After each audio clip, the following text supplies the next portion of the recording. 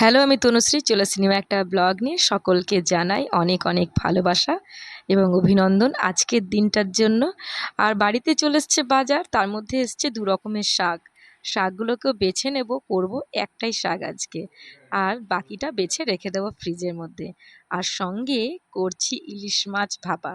তো চলো সর্ষে পোস্তটা বেটে নিই, আর একটু সঙ্গে লঙ্কাও দেব। আজকের টপিকটা হলো যে আমরা না নিজেদেরকে খুব বেশি প্রায়োরিটি দিতে ভুলে গেছি নিজের মনের কথা নিজের মানুষকে জানানোর।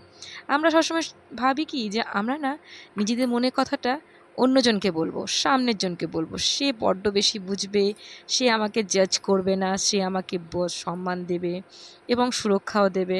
কিন্তু এগুলো না এখনকার দিনের অতীত হয়ে গেছে। এখনকার দিনে ভালো থাকতে গেলে নিজের সঙ্গে নিজের মতামতগুলো একদম একান্তে সেরে ফেলতে হবে। তো সেটা কি করে করব?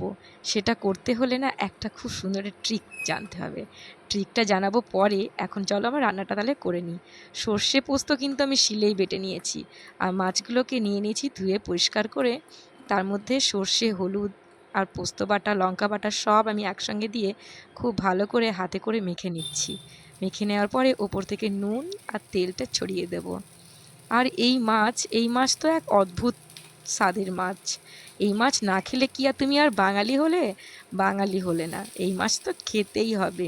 এখন চলে এসছে আষাঢ় মাস, এই মাস থেকে শুরু ইলিশ মাছ খাওয়া। সবাই সুন্দরবন যাচ্ছে, ইলিশ মাছ খাচ্ছে, আমরা কিন্তু ঘরেই ইলিশ মাছের ঝোল আর ভাত খেয়ে নেব। ইলিশ মাছ ভাপা আমাদের বাঙালিদের তো একদম সর্বোচ্চ খাবার। এর আগে তো কোনো খাবারই হয় না, সব খাবার ফেল, তাই না? তা যা বলছিলাম, আমি আমার কথাতে ফিরে আসি। কথাটা হলো এটাই যে আমরা না সবসময় সামনের জনকে বলবো না করে, কেউ আমার কথা শুনবে না করে আজকে থেকে নতুন একটা পদ্ধতি অনুকরণ করি। সেই পদ্ধতিটা কি? পদ্ধতিটা হলো নিজেকে রোজ একটু একটু করে জানো, চেনো, এবং যেটা অভিজ্ঞতা হচ্ছে, যেটা তোমার ভালো লাগছে, যে হ্যাঁ এটা কিন্তু আমি কারোর জন্য কাউকে বলতে পারবো না, শুধু নিজের জন্যই রাখবো, সেরকম জিনিসটাকে রাখার জন্য তুমি একটা খাতা বানাও।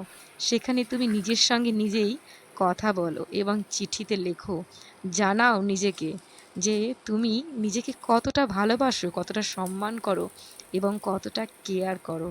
নিজের প্রতি নিজের ভালোবাসা, সম্মান, কেয়ার অনুভূতিগুলো নিজেকে জানাও। আর যখনই কিছু রান্না করো, নিচে কিছু ভালো কাজ করো, সেগুলোতে কিন্তু নিজেকে অ্যাপ্রিসিয়েট করতে ভুলবে না। নিজেকে সবসময় নিজের মতো করে নতুন করে সাজিয়ে তোলার চেষ্টা করো। তবে মাছটা আমি ভাপতে দিয়ে দিয়েছি, ভাপা হচ্ছে, খানিকক্ষণ সময়ও লাগবে। এই করতে করতে রান্নাঘরটা আমি গুছিয়ে নিই, কেননা রান্না করতে করতে ভীষণ এলোমেলো হয়ে যায়। তাই মাছটা হোক, ততক্ষণে আমি রান্নাঘরটা গুছিয়ে নিই।